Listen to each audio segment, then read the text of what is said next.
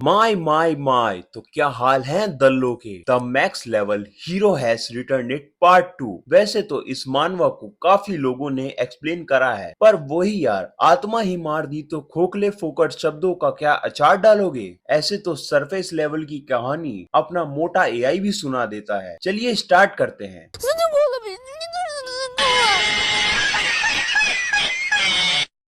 तो तुम यहाँ हो नए लड़के, इतना सीरियस क्यों हो?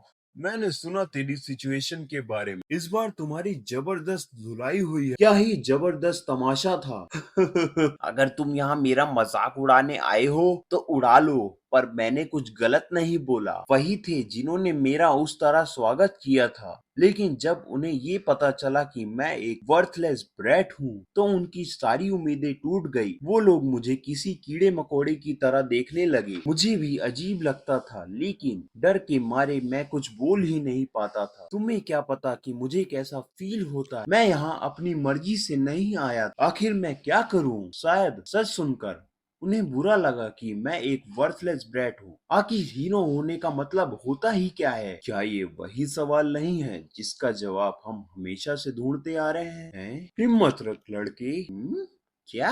मैंने डिसाइड करा है कि मैं तेरी हेल्प करूंगा, और वैसे भी मेरे पास कोई रीजन नहीं है तेरे ऊपर हंसने का, क्योंकि इसमें तेरी कोई गलती है ही नहीं। अब सब मैं देख लूंगा, तू टेंशन ना ले। आखिरकार हम एक फैमिली जो है। जिसपे टिंकू जिया बोलता है, what do you mean family? मैं तुम्हें जानता तक नहीं हूँ। Who are you? मेरा नाम है अधि पुरुष। दूसरे शब्दों में बोले तो the survival expert. Survival expert क्या? मुझे लगता है कि मैंने ये नाम पहले भी कहीं सुना है। आज से तेरी बॉडी को मैं ट्रेन करूंगा। है क्या? तो चल फिर मिलजुल कर रहते हैं। What about my opinion?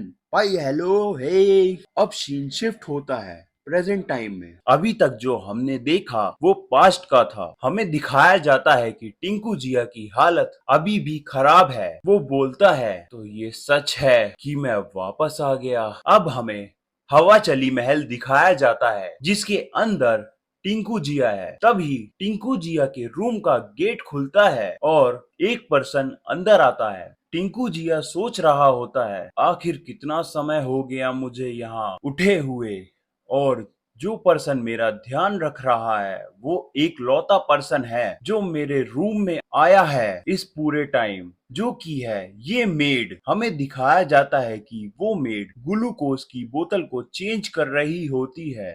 Tinku जिया अपनी बात को कंटिन्यू करते हुए बोलता है, हाँ ये तो होना ही था। आखिरकार मैं इतने टाइम से कोमा में जो था, लेकिन फिर भी सिर्फ एक मेड। हमें दिखाया जाता है कि वो मेड रूम से बाहर जाने लगती है। टिंकू जिया आगे बोलता है, कम से कम एक इंसान तो है जो मेरी देखभाल कर रहा है। मैं इसे ही अपनी खुशनसीबी समझ लेता हूँ। आगे वो अपनी एक आंख खोलता है और बोलता है, कही क्या? मैं अभी भी अपनी बॉडी को ठीक से मूव नहीं कर पा रहा, बट एटलीस्ट मैं उठ तो पाया। फिलहाल के लिए इतना काफी है। इसके अलावा एक और चीज है जो मुझे चेक करनी है, वो है आज की तारीख 2035। तो मुझे गोली लगे हुए 6 साल बीत गए। मैं दोबारा पहले जैसा कमजोर और लाचार नहीं बन सकता, और ऐसा होने से रोकने के लिए मुझे जल्दी से रिकवर करना होगा। क्या मैं स्टार्ट करूं?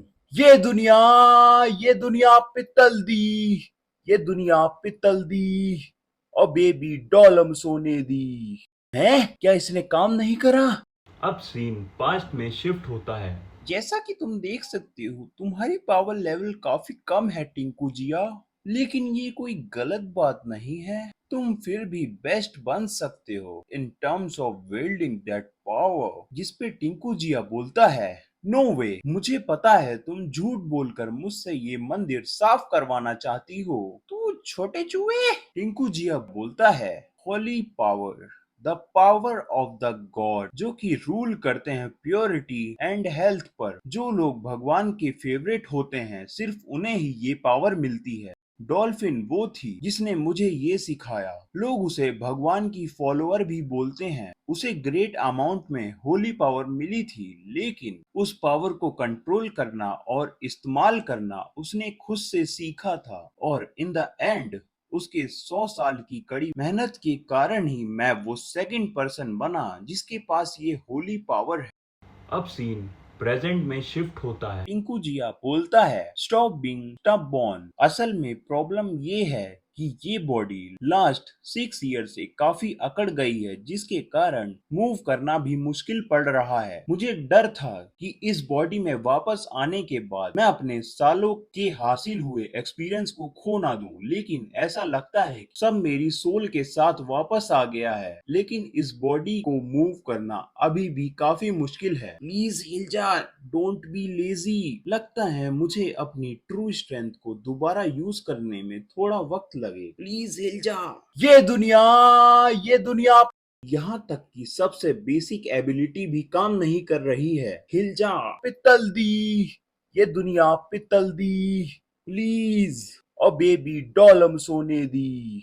अब वो थक जाता है और बोलता है, नॉर्मली मैं यहाँ पर हार मान जाता, लेकिन हे प्लीज हिल जा, इससे पहले कि मैं तुझे मार दूं। तभी उसके हाथ पर एंजल विंग्स अपीयर होते हैं और उसकी पावर काम करने लग जाती है। वो बोलता है, ये काम कर रही है, मुझे इस अपॉर्चुनिटी को वेस्ट नहीं करना चाहिए। ये दुनिया पित्तल दी। ये दुनिया पित्तल दी। और बेबी डॉलम सोने दी। इसके बाद उसकी बॉडी हील हो जाती है। वो अपने बेड से उठता है और उठते हुए बोलता है, मैंने कर दिखाया, आखिरकार मैंने कर दिखाया। और इसी के साथ मैंने होली पावर को एक्वायर कर लिया है। हमें दिखाया जाता है कि वो विंडो की तरफ जा रहा होता है और अपनी बात को कंटिन्यू करते हुए बोलता है, बाकी सारी स्किल्स मैं फुल्ली रिकवर होने के बाद दोबारा हासिल कर लूंगा। तभी विंडो के पर्दे उड़ते हैं और उसके फेस पर सनलाइट पड़ती है, जिसे देखकर वो एक्साइटेड हो जाता है। हमें आसमान में सन दिखाया जाता है। टिंकू जिया बोलता है, काफी टाइम हो गया सूरज को देखे हुए। तभी उसके दिमाग में एक चीज क्लिक होती है। वो अपने दोनों हाथों को हवा में फैलाता है और सूर्य नमस्कार करता है। वो खुश हो ही रहा होता है कि तभी उसके पीछे से एक प्लेट टूटने की आवाज आती है, जिसको सुनकर टिंकू जिया की खुशी गायब हो जाती है। मेड बोलती है, प्रिंस आप कैसे हो? और भाई ये सुनकर टिंकू जिया घुटनों पर आ जाता है।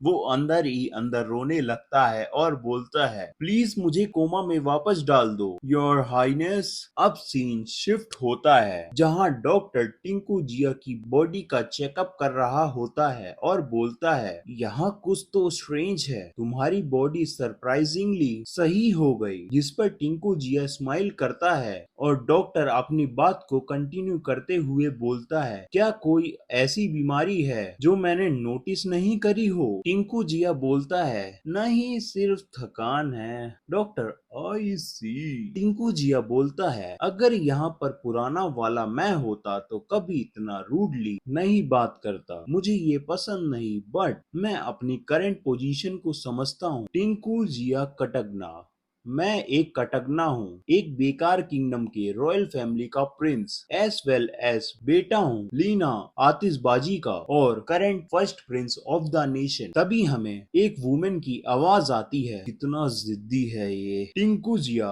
उस वुमेन को देखता है और बोलता है, और ये फैंसी लुकिंग पर्सन ही वो पर्सन थी जिसने मेरी मदर को पॉइजन दिया ताकि वो उनकी जगह ले सके। करंट क्वीन लूनी वोडका, इवन उसके बच्चे भी यहाँ पर हैं। सेकंड प्रिंस हग्गू हकदिया और थर्ड प्रिंस बोबलू। हग्गू हकदिया ही वो पर्सन था जिसने मुझे गोली मारी थी तीर से। टिंकू जिया बोलता है, सही कहा, मुझे खुद भी यकीन नहीं है कि मेरी बॉडी इतनी मजबूत है। आगे लूनी वोडका बोलती है, राइट, क्या तुमने देखा था कि तुम्हें तीर से गोली किसने मारी थी? जिसपे टिंकू जिया बोलता है, मैं श्योर नहीं हूँ कि वो गोली किधर से आई थी, लेकिन अभी तक तो वो पकड़े जा चुके होंगे ना। आखिरकार उन्होंने एक प्रिंस को असैसिनेट करने की कोशिश करी थी। मैं ये सोच रहा हूँ कि उन्हें कौन सी पनिशमेंट दी जाए, जिसको सुनकर हग्गू हग्दिया की फट जाती है और लूनी वोडका बोलती है, नहीं, बड़े दुख की बात है कि वो केस क्लोज्ड हो गया है।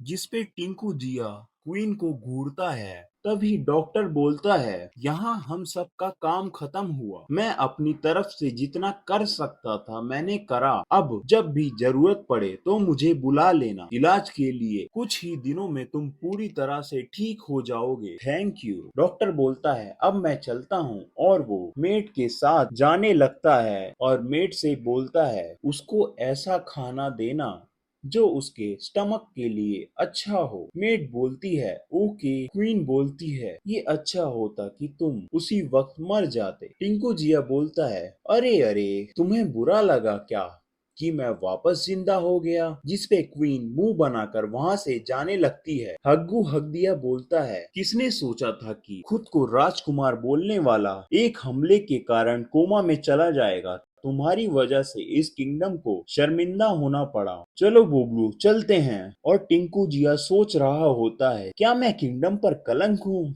अब मुझे हंसाओ मत। अब वो अपने हाथों को देखता है और बोलता है, मैं इस पूरे टाइम हीलिंग मैजिक का यूज कर रहा था। ऐसा लगता है किसी ने ये नोटिस नहीं करा। इसका कारण हमारे पावर लेवल का डिफरेंस हो सकता है। लूनी वोडका वो सबसे बड़ी बेटी है वोडका किंगडम के राजा की। मैं पहले उसे और हग्गू को मारना चाहता था, पर अब उनसे मिलने के बाद मैन, वो मेरे आगे कुछ भी नहीं है। शायद दल्ला दरबार में करी गई ट्रेनिंग के कारण मेरा गुस्सा ठंडा पड़ गया है, वरना इन सब को निपटाना कोई बड़ी बात नहीं। लेकिन फिर भी मुझे अपना रिवेंज तो लेना ही है। फिलहाल आराम करता हूँ जब तक पूरी तरह से हील ना हो जाऊं। मैं सोच रहा हूँ कि मेरी फर्स्ट मील क्या होगी। पार्ट 2 यहीं पर खत्म होता है।